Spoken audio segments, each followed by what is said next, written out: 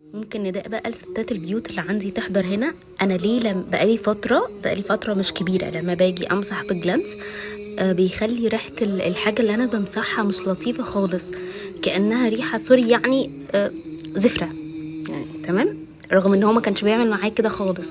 والترابيزه ما بيبقاش عليها حاجه مثلا زفره، يعني فاهماني؟ واصله لكم المعلومه؟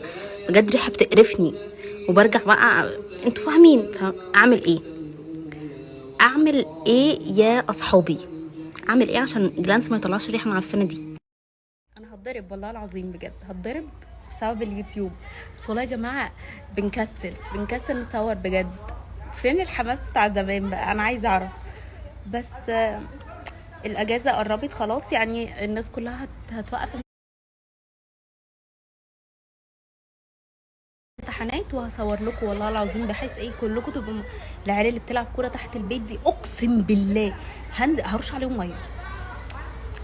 بس يلا خير. لا انا الحمد لله بقيت احسن الفتره دي جدا، الحمد لله الحمد لله.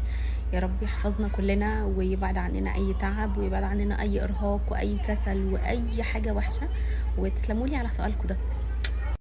الحمل خبر حلو وكل حاجه، بس اكيد في اخبار حلوه كتير غيره، يعني مش شرط يبقى الحمل بس.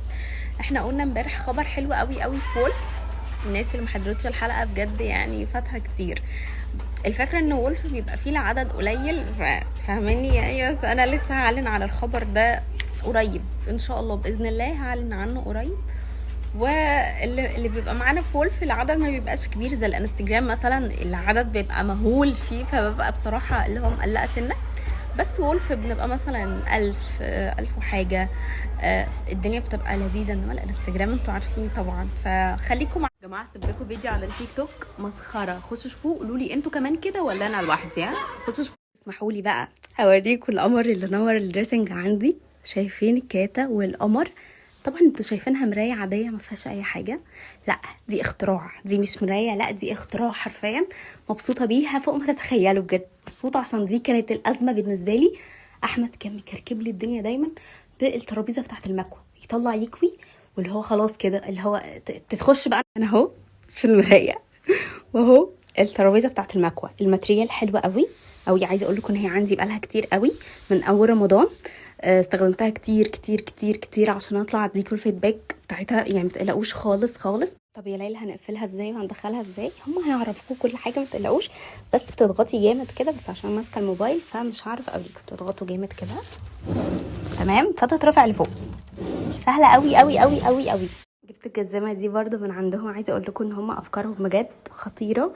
طب يا ليلى ايه المميز وايه المختلف اللي انت عايزه توريه لنا في الجزامه دي؟ بصوا ده شكلها عموما، بصوا عامل ازاي، حلو قوي وعاجبني جدا جدا جدا.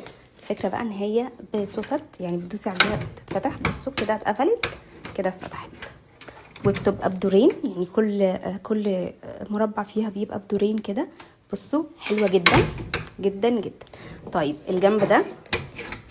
الجنب ده مش بدورين، لا الجنب دوت مفتوح كده بحيث عايزه تحطي بوت مثلا، عايزه تحطي حاجه مش عايزاها بصوا منظر الكرسي عامل ازاي، شيك قوي وحلوه جدا. لو انتي عروسه بقى افكار خطيره زي ما بقولك، خشي اتفرجي عندهم حاجات حلوه.